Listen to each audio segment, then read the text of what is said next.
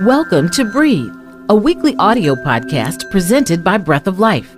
And now, here's the host, Pastor W. Snell, and co-host David Person. Welcome to Breathe. I'm David Person, co-host of this podcast that is presented by the Breath of Life television ministry. And of course, the host is the speaker director of the ministry, who is also the senior pastor of the Oakwood University Church, Pastor W. Snell. How you doing, sir? Hey, I'm good.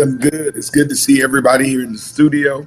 I'm excited about what we're going to be talking about today and what our audience is going to receive. Me too. This is going to be, I think, a very positive, powerful, inspiring episode. We're talking about physical healing today, and we have in the studio someone who is a walking, living testament to physical healing. And this young lady, actually, Pastor, I watched her grow up at the First SDA Church. And she has become one of the movers and shakers in the Huntsville community as a civic leader. Her name is Jessica Fortune Barker. Jessica, how are you doing? I am doing good, blessed and honored to be here. Like, wow, you have been a mentor of mine. Pastor Snell, since he's come into the community, has been someone I've looked up to. So awesome. I'm just beyond honored to be here today. Pastor Jessica has an impressive resume. She's the owner and principal consultant of Affluent Business Consulting. In that capacity, she leads a team of consultants specializing in executive-level business management, administration, public relations. She's also the president of the Alabama Association of the Arts, and that's a nonprofit. But, you know, with all of that being said, the reason that we have Jess on with us today is that Jessica, as I said earlier, is an amazing example of physical healing. Jessica, would you just kind of give us a synopsis of your experience? What happened to you? Yes. So in 2017, I went to a chiropractor. I was having neck pains. Went to a chiropractor, and he did, normal little exam on my back and x-ray. And he said, normally I don't do x-rays that get an image of the head. He said, but I noticed a spot on your head. He said, it's like the size of a pea. He said, so nothing to panic about, but you may want to go get it checked out. And so I did. I made a doctor appointment with a specialist, and we checked it out. They said the same thing. It's the size of a pea. Hopefully it'll go away. We'll just monitor it over the next couple of months. Being from the Black community, oftentimes we don't really go to the doctor on a regular basis. So I didn't think anything more of it. I just went on with my life. It didn't really bother me. So I just continued on with my life. Then in 2018, I started really getting a lot of headaches, and I noticed I had a knot on the side of my head that was starting to grow, and it was growing rapidly. So I returned to the specialist, and at that time he said, Mrs. Barker, he said, we're going to have to do emergent surgery. He said, this is now the size of a lemon. He said, and if we don't operate immediately, you can suffer from an aneurysm and lose your life. Wow. That was in September of 2019. December 2nd, I had an open craniotomy surgery in which they removed a tumor from my cranium. My goodness. Yes. So I didn't have any time to really prepare. It was right before Christmas time. So they told me my recovery would take 6 to 8 weeks to heal. They said during that recovery time, I may lose the ability to speak. I would probably have to regain the ability to walk. They said that it was uncertain as to what my recovery really would look like, but that it would take a while. Needless to say, I had the surgery. I woke up immediately talking. I went Facebook Live right after the surgery. Wow. They were like, what are you doing? And I was on Facebook Live, and now it pops up in my memories, and I watch it back like, oh my goodness, I cannot believe I went on Facebook Live with my head wrapped up. I looked like a zombie that had just got beaten up. But that's just the power of God, because even though the doctors said you may not be able to, they of course had to shave the whole right side of my head, and they told me my hair may never grow back, and it grew back. My hair is longer than it was before. Wow. Come on now. I feel like Samson, like the strength in my hair came back, and I just, but going through that process, it really was life altering. I was on a walker, but I was only on the walker for about 3 days. And I put the walker down, and my husband and my mother, they were like, "What are you doing? You have to use that." And I said, "No, because I don't want to become dependent. I have to continue on in life, just like I was before." And I never even stopped working. I was still working, and they were like, "You really can't do all of these things." But I just knew that if I listened to what man told me, that I would lose the ability. I would forget how to do a lot of things. Now, in all of that to say, it did impact me. There are things that have still lasted. My memory, it took a while for me to regain memory. I had trouble remembering things from the past. It's still slowly returning to me. I get excited now when I can remember something like, I did that, I remember. But yeah, I still see myself healing and growing, but I feel more so that it took me to a point of stopping. I came to a place where God stopped everything. I had to stay in the house. And in that moment, I returned to God. I started really soul searching, and there was a spiritual healing that I think took place more so than the physical healing, actually. Can we explore that a minute before Pastor Snell jumps in? What juxtapose the two, the spiritual healing that you felt and the physical healing that you felt? Yeah. So spiritually, I felt like God was saying that I have to take you out of the world that you were in. I was doing things and involved in things that I knew I shouldn't have been involved in necessarily. And it literally, God had to take me out, because listening on my own, I wasn't doing that. And so when this surgery happened and it sat me down, it caused me to really do some soul searching. God, what am I here for? What is my purpose? What have I been destined to do? What can I really give to this world? Because I was out here giving a lot. I ran for State Board of Education in 2018, right before the surgery. And so I just was like, Lord, what am I really here to give? And I think during that time that I actually had to sit down, I actually started connecting with what my purpose should be. That's awesome. Pastor? Wow. So, Jessica, literally seeing you is amazing. And for those who can't see us today, Jessica's like a ball of energy. She's like a human grenade.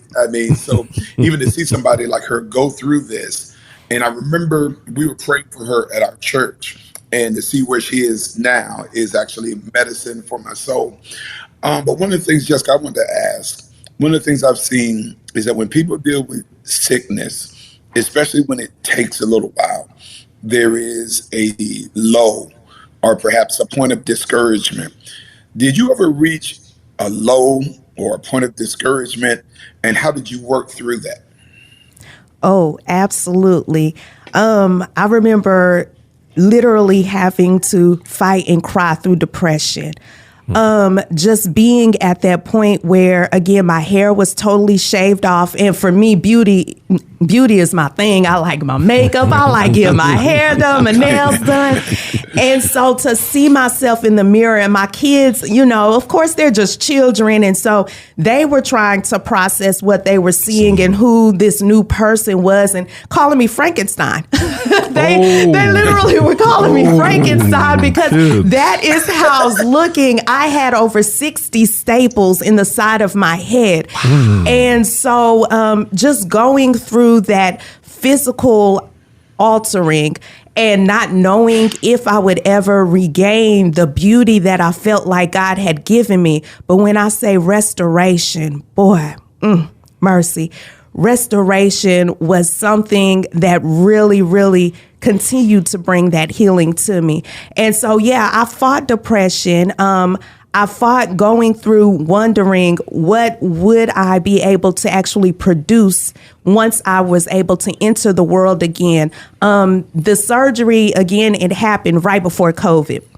So everything shut down. And I couldn't even go back to my return doctor appointment because everything had shut down. So my 6-week checkup was right around, like, I think the April mark. And that's when we went into lockdown. And so that caused me to go into depression. I didn't have follow-up care as I should have. I didn't get any type of mental health therapy or anything like that. And I find it ironic because I spoke with a Caucasian counterpart who also experienced the same surgery. And to this day, they still are receiving counseling. They were required to go through some medical follow-up that I never received. I had to do this healing totally on my own. And so, yes, I went through a lot of depression during that time.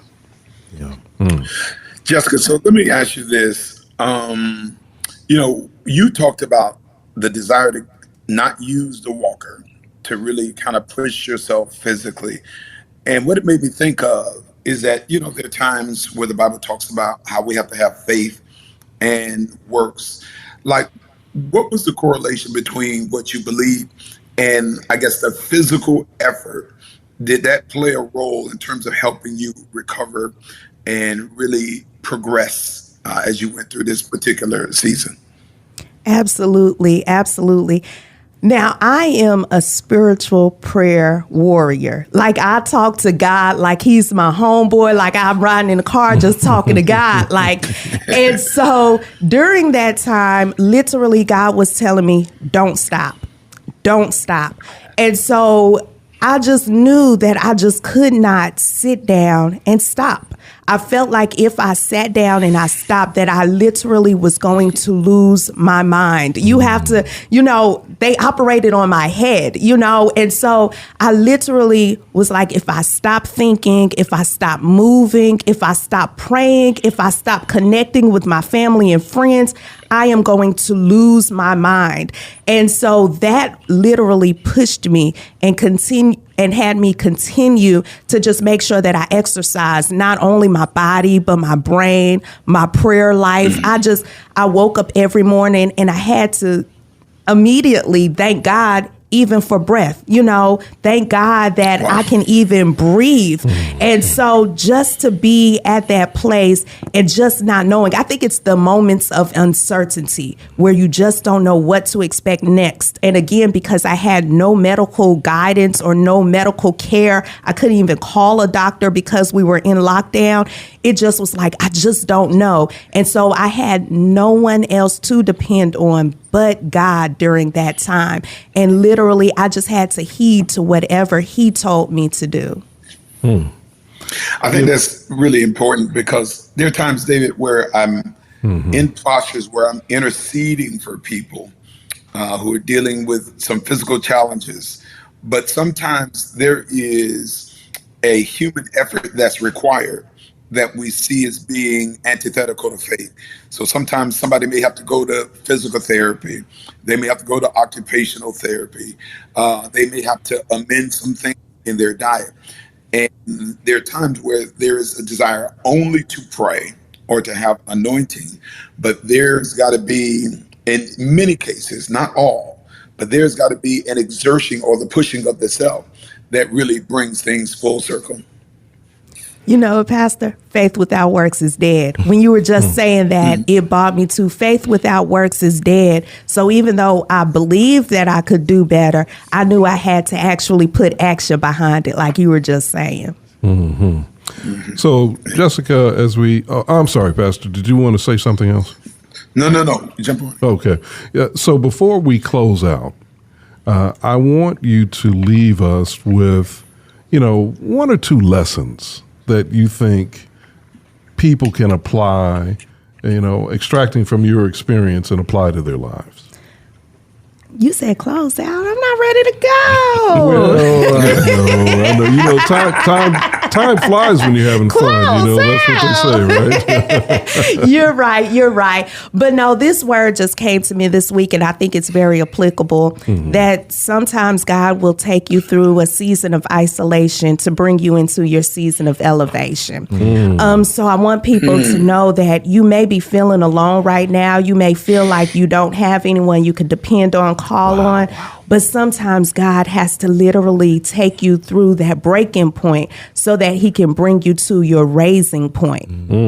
I love that. I love that. Wow. So, you That's know, good even stuff. That's good. yeah, without question. So even as I listen to you now, I'm hearing something. It makes me also have to ask a follow-up question. You ran for public office before. I did. You going to do it again? Never.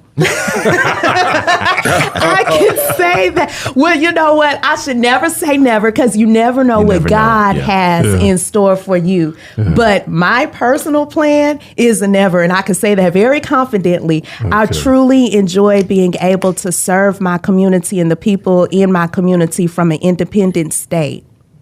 Okay. Well, you know, we respect that. Yeah. But we also reserve the right to raise the question. Pastor Snell, before we get out of here, I wanted to take care of a little housekeeping. People may recall that in the, I think it was the last episode, we said goodbye to long-term intern Christian Lawson. Yeah. Who had been with us for quite a while and did some phenomenal work here.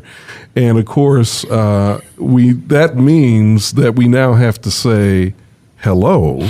And people have heard some of in the background, somebody going, yeah, Yeah. Well, that's Dr. Kirk Nugent, who, of course, is he's also in the Pastor Kirk Nugent. He's in the house. That's right. That's right. That's right. He is the media pastor at the Oakwood University Church. He's also on the Breath of Life team. That's correct. And Pastor Nugent has come in. You should see the studio now, Pastor. I mean, he has come in with a bang. I can't wait for you to Come on back, to get man. back from Seattle and check this out. We know you're in Seattle doing some ministry up there for Breath of Life, but when you get back in here and see this setup, it's going to blow your mind. Come on. I'm excited. Pastor Nugent, I'm excited. welcome, man. And Thank you, he's the thank you, man thank for you. this hour.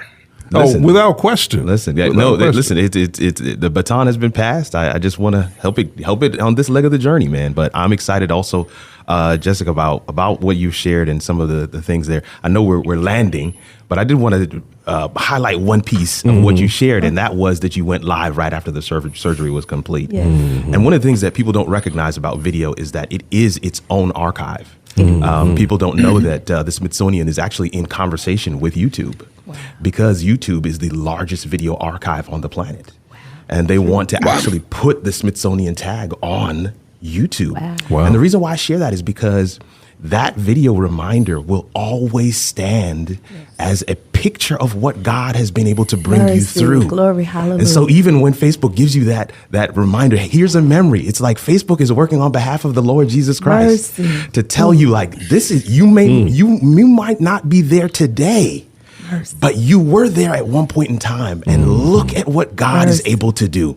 You always have a visual reminder of that. I just wanted to interject that I think somebody's going to appreciate that message as well. Don't shy away from sharing your story, even the ugly parts, because you are giving reverence, you're giving respect and honor to the God we serve, who is able to bring us from the guttermost to the uttermost. Yeah, if I could jump in on that as well, right Yeah. before we land, Dave, I do think that's critical because I remember seeing the Facebook Live. And I think that when you see, one of the things that make certain things feel unattainable is sometimes we don't disclose until we're on the whole end of a journey. That's it. But when we're able to kind of see where you came from and just even watching you and listening to you now, it is really a faith building kind of experience to kind of see where it is. And so I think that, everybody should disclose as they are comfortable. But I do want to just affirm those that have the courage kind of in real time to say, this is where I am. And almost have the faith to say, watch and see where I'm going to land. And I think it makes this journey of healing feel that much more attainable to somebody that's at the front end or maybe they're in the dark middle portion of it, I think it gives them the hope to know that there is light on the other side of this cloud. Mercy. Absolutely. Can I say one more thing? Please, yes. Now, during that healing process, when I was still down at the house, Pastor Snell, I do remember you all coming by. And honestly, I don't remember who all was with you. I'm going to be honest there. Yeah. But I remember, I think it was 4 of you that came by the house. But I remember you all prayed with me. And for me, that meant everything, because there were people that I looked for to come by and see me during that time that didn't show up. And people like you, who I didn't necessarily think would even care, took time to actually come by, sit with me, pray with me, laugh with me, talk with me. And so I just want to say I totally appreciate it, because you see, I don't remember everything, but I remember you being there. Beautiful. Powerful testimony. It's a joy to be with you. Thank you. Powerful testimony. Well, Jessica, this has been a great conversation talking about physical healing, and I think we ended in a nice space that I'm calling the process of deliverance. And I just love how all 3 of you and Pastor Snell and Pastor Nugent articulated that. That was powerful. Well, that wraps it up for this episode of Breathe. I'm David Person, the co-host. God bless you, and don't forget, no matter how tough it may be, God has a process of deliverance for you. And it starts with stopping, praying, and breathing. Breathe is produced by David Person for Breath of Life. Christian Lawson and Damian Malone provide production assistance. The opening theme was produced by David Person and James Bowman. James Bowman and Kelvin Wooten produced the closing theme. Special thanks to our broadcast partner, WJOU-FM Oakwood University Radio. Episodes of Breathe can be found on your favorite podcasting platforms. Please like them and share. Until next time, when life gets difficult, don't forget to breathe.